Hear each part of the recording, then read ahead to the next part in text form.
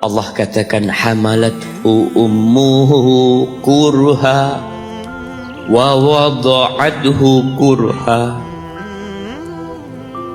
Ibu kita hamil kita itu dalam kondisi yang sulit.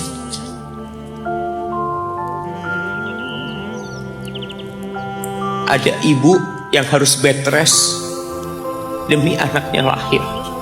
Demi kita lahir, ibu kita itu bed rest.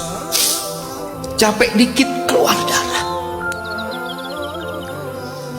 Ada yang harus hamil kita dalam kondisi dia ditinggal sama suami.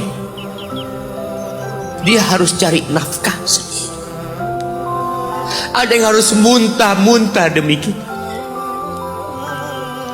Allah.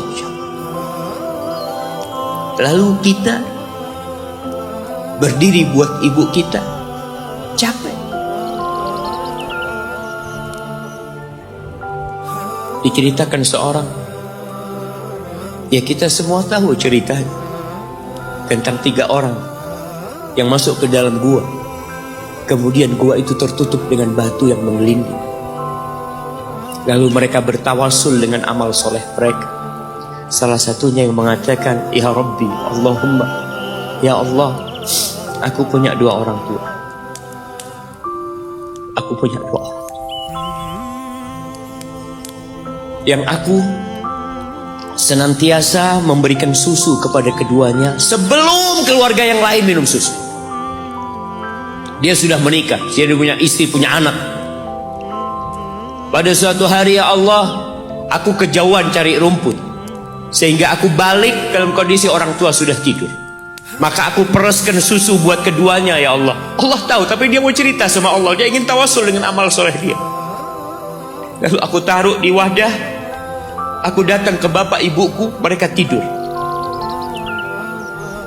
Maka aku berdiri di hadapan kedua.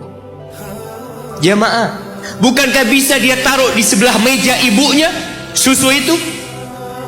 Dia ambilkan meja, taruh di sana, dia bisa tidur. Dia sudah berbakti sama orang tuanya dengan seperti itu. Tapi anak ini tidak. Aku berdiri, ya Allah, aku gak ingin membangunkan keduanya. Dan aku terus berdiri, aku pegang itu susunya. Sampai mau subuh bangun, aku serahkan kepada kedua. Anak-anaknya nangis minta susu. Kata dia, lah, sampai bapak ibu aku minum. Kalian jangan minum. Kita kadang-kala sudah menikah lebih peduli sama istri kita, lebih peduli sama anak-anak kita. Nggak ada hadis yang mengatakan anak itu pintu surga, jemaah. Yang ada itu orang tua pintu surga. Kita peduli sama anak-anak kita. Beli oleh-oleh buat istrinya. Ditelepon istrinya mau apa, kepingin apa. Pernah kan kau telepon ibumu? Tanya, Umi kepingin apa, Umi? Ana lagi dalam perjalanan, Umi. Jamaah, itu anak, Masya Allah, dia berdiri. Kenapa dia kuat, jamaah? Karena dia tahu Allah yang nyuruh dia berbakti. Mungkin tidak ada yang melihat berdirinya dia, tapi Nabi ceritakan berdirinya dia. Dari malam jamaah sampai pagi, berapa jam dia ingat, ibuku hamil aku 9 bulan. Capek. Ana semakin tahu dengan tugas besar seorang ibu dan pengorbanan seorang ibu. Setelah ana menikah, setelah ana tahu bagaimana istri ana hamil, ketika dia harus tidur gak enak, makan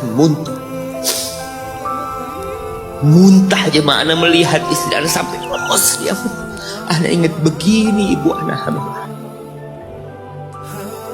Lalu kita lupa, ya mah. Kita sok sukses, mungkin engkau lebih sukses dari orang tua. Tapi kalau nggak ada bapak ibu, engkau nggak akan pernah lahir di muka. Allah ceritakan ibunya hamil dia. Wa wada'athu kurha, dan melahirkannya dalam kondisi sulit. Kadangkala perut ibu kita itu disobek demi kita keluar dari perut ibu kita. Antum meninggalkan luka di ibu, itu dijahit. Kalau antum anak ketiga, Allahu Akbar, berapa kali dibelah perut ibu kita aja. Tubuhnya jadi jelek gara-gara kita. Tapi dia nggak peduli, yang penting antum lahir dengan selamat. Kalau ibu kita dikasih pilihan, ini nggak bisa diselamatkan Tuhan, salah satunya akan meninggal dulu. Kira-kira apa kata ibu antum? Iya, nggak apa-apa dok, selamatkan bayinya dok. Nggak apa-apa dok, biar dia lahir dok. Subhanallah. Berapa banyak ibu yang meninggal dunia ketika dia melahirkan anak. Wa hamluhu wa fisaluhu 30 syahra. Hamilnya dan menyusuinya itu 30 bulan. Artinya bukan ketika antum lahir selesai lelahnya ibu kita. Memang ketika antum lahir dengan selamat, Allahu Akbar, ibu itu lupa dengan rasa sakit dia 9 bulan. Ibu itu lupa dengan jeritan dia mengeluarkan kita ketika kesakitan. Itu lupa. Dia tersenyum, dia bawa anaknya, ditaruh di dadanya. Allahu Akbar. Kalaupun ada air mata yang menetes, itu air mata kebahagiaan orang tua dengan hadirnya kita di muka bumi ini. Lalu kita bisa berjalan. Kita nggak bisa apa-apa lahir. Allah rekam kebaikan ibu kita. Kita disusui sama berapa bulan? 2 tahun, 24 bulan. Mungkin ada yang kurang, mungkin ada yang lebih. Tapi yang jelas kondisi kita tidak bisa berbuat apa-apa. Kita hanya bisa menangis jemaah. Antum lapar menangis, buang kotoran menangis. Siapa yang datang membersihkan kotoran antum? Ibu antum. Yang gendong antum siapa? Ibu antum. Dia susui, subhanallah, sampai anaknya agak besar sedikit, diajari bicara sama ibunya, diajak ngomong sama ibunya, diajarin berdiri sama ibunya, diajarin berjalan sama orang tuanya. Allahu Akbar. Kemudian ketika antum sukses, antum berangkat ke luar negeri, antum berangkat ke luar kota, meninggalkan kedua orang tua antum, boleh, asalkan dengan ridho orang tua antum. Kalau ibu antum telepon, antum di Batu sini kuliah sampai sukses jadi pengusaha di sini, ibu antum di kampung telepon, nah, ibu ingin kau balik ke kampung. Jangan pernah mengatakan, bu, anak kerjanya di sini, ibu. Saya ditugaskan di sini. Tinggalkan semua pekerjaanmu, pulang ke rumah. Ustaz, gimana dengan istri dan anak-anak? Yang ngasih makan istri sama anak-anak antum itu Allah Jalla Jalla. Bawa pulang ke kampung, hidup sama ibu antum.